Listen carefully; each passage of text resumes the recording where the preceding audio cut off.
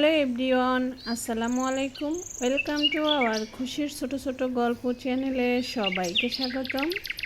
আজ শেয়ার করছি ঈদ স্পেশাল গরুর মাংস। এটা দেখতে যেরকম সুন্দর, খেতেও অনেক বেশি মজার।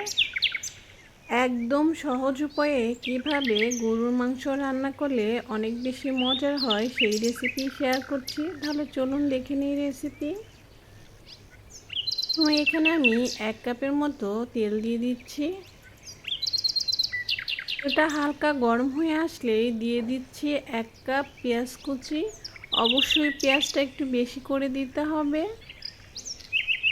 পেঁয়াজ কিন্তু আমি ভেজে একদম লাল করে ফেলবো না, হালকা একটু নরম হলে এখানে মশলা ব্যবহার করব। এবার দিয়ে দিচ্ছি 2 টেবিল চামচ আদা বাটা, আর দিয়ে দিচ্ছি 2 টেবিল চামচ রসুন বাটা। এখন এই পেঁয়াজের সাথে ভালো করে মিশিয়ে নিতে হবে। থেকে 4 মিনিট ভালো করে একটু ভেজে নিতে হবে যেন কাঁচা গন্ধটা চলে যায়। এবার গুঁড়ো মশলা ব্যবহার করছি। 1 টেবিল চামচ দিয়ে দিচ্ছি হলুদের গুঁড়া, 2 টেবিল চামচ দিয়ে দিচ্ছি লাল মরিচের গুঁড়া, 1 চা চামচ দিয়ে দিচ্ছি জিরার গুঁড়া, দিয়ে দিচ্ছি 1 টেবিল চামচ ধনিয়া গুঁড়া, স্বাদ মতো লবণ, দিয়ে দিচ্ছি সামান্য একটু পানি যেন মশলাটা না পুড়ে যায়। এখন আবারও সব কিছু ভালো করে মিশিয়ে নিতে হবে।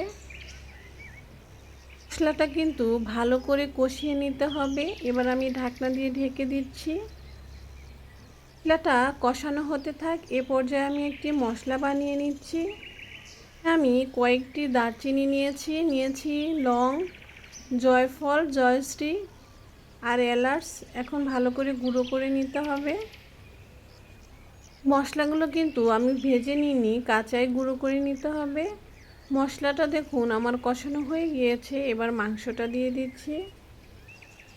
মাংসগুলো আমি আগেই ধুয়ে পরিষ্কার করে ছাঁকনিতে ছেঁকে রেখেছিলাম, সেটাই দিয়ে দিচ্ছি। মশলার সাথে ভালো করে মিশিয়ে নিতে হবে মাংসগুলো। একটু সময় নিয়ে ভালো করে সব কিছু মিশিয়ে নিতে হবে।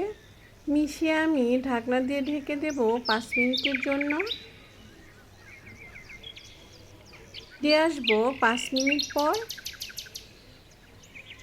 দেখুন কতটা পানি বের হয়ে আসছে আর কালারটাও কিন্তু চেঞ্জ হয়ে আসছে। আবারও সব কিছু ভালো করে মিশিয়ে নিচ্ছি। আমি যে মশলাটা গুঁড়ো করে রেখেছিলাম সেটার অর্ধেকটা দিয়ে দিচ্ছি, বাকিটা আমি পরে ব্যবহার করব। এখন আবারও সব কিছু ভালো করে মিশিয়ে দিতে হবে আর এবার ঢাকনা দিয়ে ঢেকে দিব। রান্না করতে হবে, ঢাকনা দিয়ে ঢেকে দিতে হবে আর একটু নেড়ে চেড়ে আবারও ঢাকনা দিয়ে ঢেকে দিতে হবে।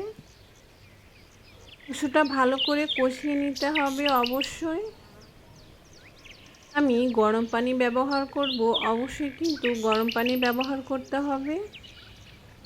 এখানে আমি 1 কাপ গরম পানি ব্যবহার করছি। আপনারা ঝোল ঝোল খেতে চাইলে আর একটু বেশিও ব্যবহার করতে পারেন।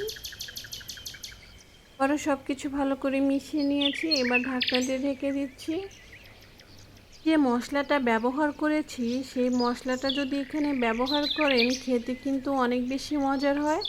আশা করি বাসায় একদিন অবশ্যই ট্রাই করে দেখবেন আপনারা। আর কে কে ট্রাই করেছেন অবশ্যই কিন্তু কমেন্টে জানাবেন আমাকে।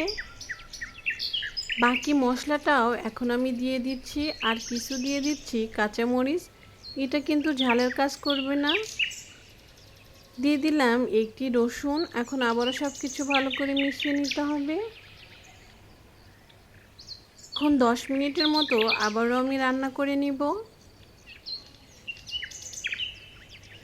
খেয়ে কিন্তু বুঝতে পারছেন কতটা মজা হবে।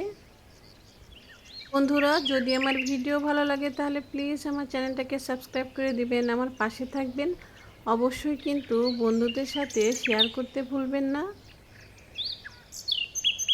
আশা করি আজকের রেসিপি আপনাদের কাছে অনেক বেশি ভালো লেগেছে আর সহজও লেগেছে। আর আমি সার্ভ করে দেখিয়ে দিচ্ছি কতটা সুন্দর হয়েছে কালারটা। বন্ধুরা আবারও চলে আসবো নতুন কোনো রেসিপি নিয়ে। ততক্ষণ পর্যন্ত সবাই ভালো থাকবেন, সুস্থ থাকবেন। আল্লাহ হাফেজ।